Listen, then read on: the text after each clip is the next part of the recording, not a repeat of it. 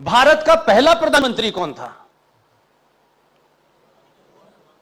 सभी कहते हैं कि फूल वाले चचा थे, सभी उन्हीं के बारे में कहते हैं, लेकिन किसी से पूछो कि उन्होंने शपथ कब ली थी तो नहीं पता किसी को। यानी जो चीजें हमारे हाथ में हैं उसको भी सच नहीं बोलते हम। 2 सितंबर 1946 तथाकथित पंडित, झूठे पंडित, महामूर्ख पंडित जवाहरलाल नेहरू ने यूनियन जैक के नीचे महारानी इंग्लैंड के प्रति श्रद्धा और निष्ठा दर्शाते हुए उनको किसने शपथ दिलाई पता है? उन्हीं के रिश्तेदार ने, लॉर्ड माउंटबेटन ने। अब आप अंबेडकर, सावरकर के ऊपर कहते हैं माफी मांगी। आपने तो भारत के पहले तथाकथित प्रधानमंत्री होने के नाम पे आपने किसके प्रति निष्ठा ली थी? और जो दूसरे गांधी थे बड़े वाले, जो हमारे पिताजी भी हैं, मां ने बताया नहीं हमें, उन्होंने क्या किया? उन्होंने कहा कि ये जो यूनियन जैक है, जब इसको उतारा जाने लगा तो नेहरू ने कहा कि भाई देखिए, ये इससे माउंटबेटन वगैरह को थोड़ा खराब लगेगा। तो उन पे वो कह रहे थे, बड़े वाले, वो भी गुजरात से आए थे, वो कहने लगे कि इसमें कोई बुराई नहीं है अगर तिरंगे के अंदर एक छोटा सा साइड में यूनियन जैक बना रहे हैं। तो जो भारत 1946 में जिस आदमी ने शपथ ली, और वो कौन आदमी है जिसको शपथ दिलाई गई, ये भी तथ्य समझ लीजिए आप। जो आदमी 27 अप्रैल 1946 को कांग्रेस पार्टी के अध्यक्ष के चुनाव में 15 प्रोविंशियल असेंबलीज ने गुप्त मतदान करके पूछा गया हो कि किसे आप अध्यक्ष बनाना चाहते हैं। मैं इसलिए आपसे कहना चाहता हूं कि 1946 की 5 घटनाओं पे मैं ज्यादा बल देता हूं। जी सर, मैं पूरी बात कह लूं फिर आपसे बता दूं। 20 अप्रैल को कांग्रेस पार्टी के अध्यक्ष के चुनाव की घोषणा हुई कि भाई चुनाव होगा।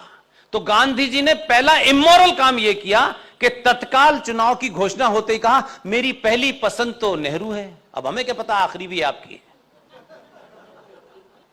तो यह नहीं कहना चाहिए था, उनका कद ऐसा था। लेकिन मैं इससे 2 बातें आपके सामने, ये तथ्य हैं, सब फैक्ट हैं, अवेलेबल हैं आप उसमें, और मैं ओरिजिनल सोर्स का रेफरेंस दूंगा आपको।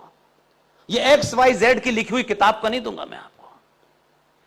20 को आप अनाउंस करते हैं, 27 तारीख को चुनाव होता है। उस चुनाव की प्रक्रिया, एक साहब थे जो पहले शिक्षा मंत्री बने, वो 1940 में कांग्रेस पार्टी के अध्यक्ष थे और 1946 तक वो अध्यक्ष रहे।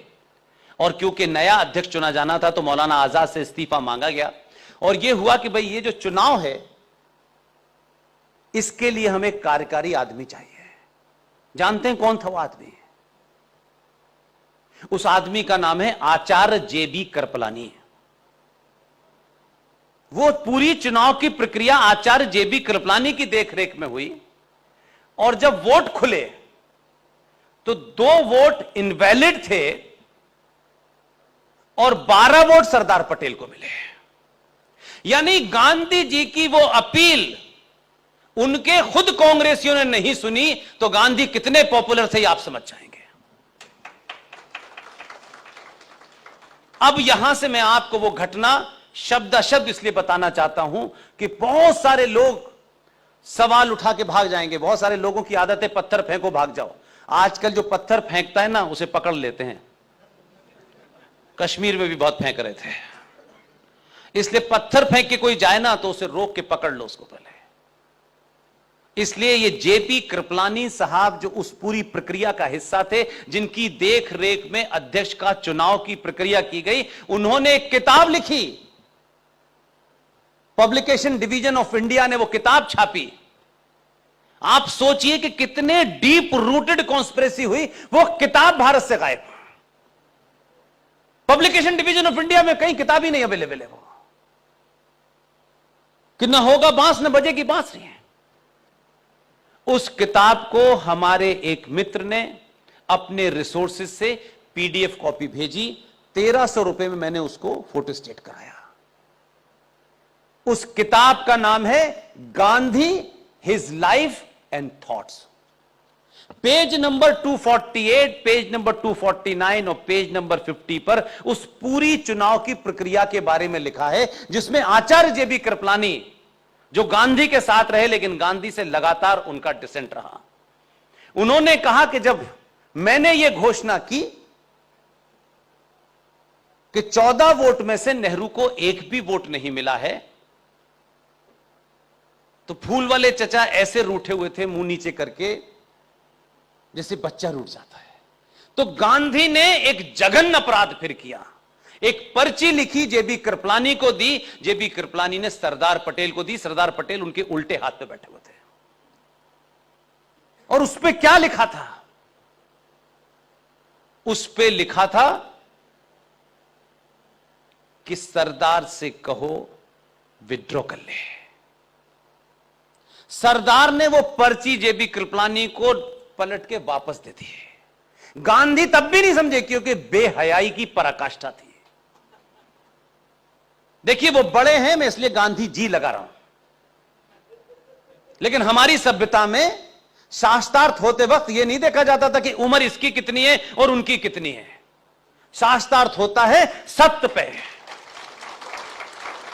हमारी सभ्यता में बड़ा आदमी गरीब हो अमीर हो यह महत्व नहीं होता, वो उम्र से बड़ा है उसका सम्मान होना चाहिए, लेकिन बड़े आदमी को भी इस गंभीरता का ध्यान रखना चाहिए कि मुझे कितना झूठ बोलना है। गांधी जी ने जब वो पर्ची वापस करी सरदार पटेल ने, तो गांधी जी की बेहयाई देखिएगा। गांधी जी ने दूसरी पर्ची लिखी, फिर जेपी को दी और जेपी ने कहा, तब सरदार ने उस पर्ची को पढ़ा। जेबी कृपलानी ने उस किताब में लिखा है कि उन्होंने कहा सरदार से इस्तीफा दे दो। सरदार समझ गए, सरदार ने पर्ची को वापस किया, उठ के चले गए। इस तरीके से देश का एक आदमी जो अपनी पार्टी के 12 वोट नहीं ले सका, वो देश का पहला प्रधानमंत्री है। और जो आदमी ब्रिटिश साम्राज्य के खिलाफ लड़ रहा था, बाहर जाके लड़ रहा था, इन चाटुकारों से बाहर जाने के बाद वो बैंकॉक गया।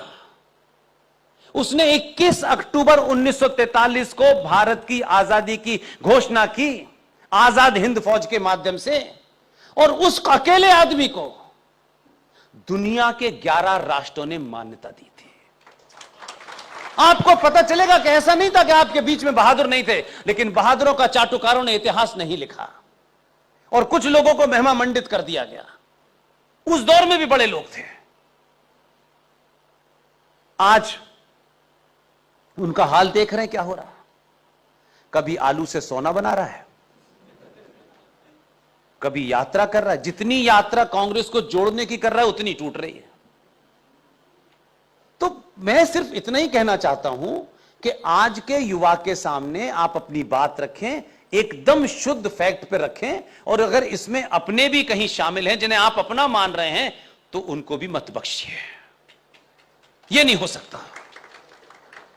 आपका बच्चा जब दुनिया में खड़े होकर बोले तो उसके मुंह से यह बात ना निकले कि कोई उसको चेक करे और वो कहे आपको ये सुनी सुनाई बातें आप बताते हैं, झूठी बातें हैं। इसलिए मैं इसी पीड़ा के साथ कह रहा हूं, भारत को बताया गया 1947 में आजाद हुआ। थोड़ी देर के लिए झूठ भी मान लेते हैं, लेकिन रिकॉर्ड पे मालूम है क्या हुआ है? 1958 तक सुभाष के घर की जासूसी हुई, और ये इंटेलिजेंस ब्यूरो जिसका नाम आजकल आप लोग बहुत सुनते होंगे, इंटेलिजेंस ब्यूरो जो भारत की आंतरिक सुरक्षा देखती है, 1968 तक भारत की इंटरनल सुरक्षा को देखने वाली आईबी जो भी कुछ करती थी उसकी फाइल बनके ऑफिशियली इंग्लैंड जाती थी। हम आजाद हैं। हां, जहां हम खड़े हैं उसके पीछे सिर्फ एक आध कारण नहीं है, हमारी चुप्पी भी है। हमने सबको चलने दिया, तुम भी आ जाओ, तुम भी आ जाओ, तुम भी आ जाओ। सतीश भाई अभी चले गए हैं, उनके परिवार में शायद कोई बीमार हो गया है। मैं सतीश भाई को बता रहा था कि हमने तो इस तरीके की स्थिति पैदा कर दी है कि हमने अपनी नौकरी, अपना बच्चा, वो सीईओ बन जाए, वो गवर्नर बन जाए, वो यहां चला जाए, बस हमें इसके अलावा कोई मतलब नहीं है। हम एज ए नेशन बात ही नहीं कभी करते हैं।